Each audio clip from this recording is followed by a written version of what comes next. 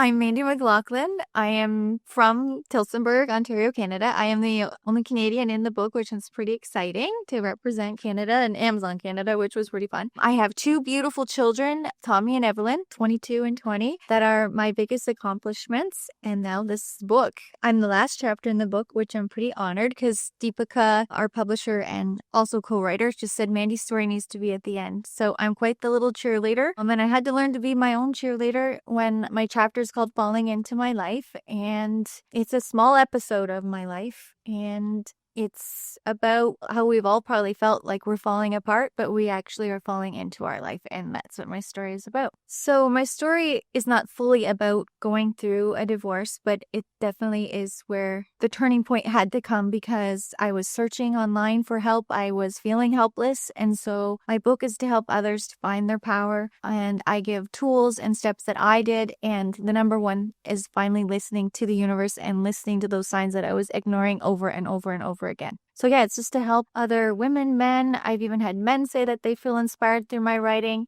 to just love themselves and understand that we're not alone. And through writing, it just helped me so much see my own strengths that I once thought were weaknesses. So it's kind of hilarious in a way because it's me climbing a hutch at 40 years old, taking down my Christmas tree. And I fall from the Christmas tree as I was reaching for this burlap bow. And I hit the chair and I broke my arm and I broke my foot. And on top of it, which was very hard to actually write what else happened, was my dog had peed on the floor and I didn't know. And so my hair was also in it. Literally when I was at the bottom, I felt like, oh, this must be what people are talking about. I'm having a nervous breakdown. I was feeling on top of my life more than ever. I had just joined a personal growth academy, learning that my thoughts were creating my reality, and I was learning to love myself again. So I was actually feeling quite empowered, but when I hit, something cracked in me, this pain that I was hiding from as well, and I was just like, I need help and I want to feel better. And the universe was screaming at me. It was saying like, how is this your life and why are you okay with it?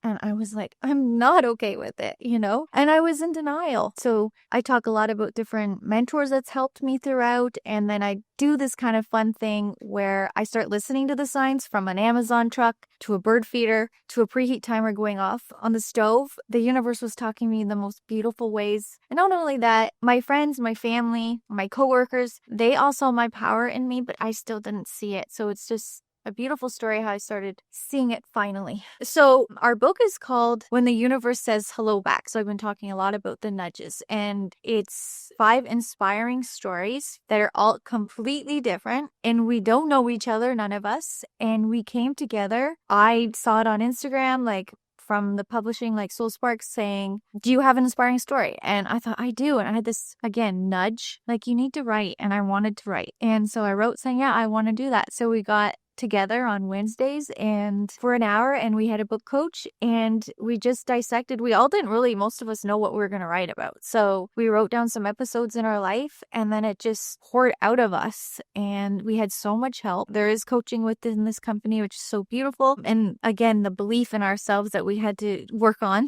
me especially, because it's a little bit scary writing your emotions down and knowing that the world's going to read it. But it's really inspiring on the other side because you're going to help and you're going to impact.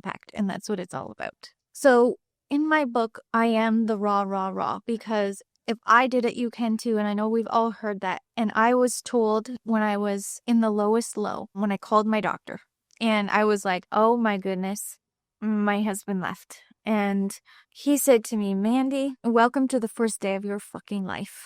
And I was like, pardon?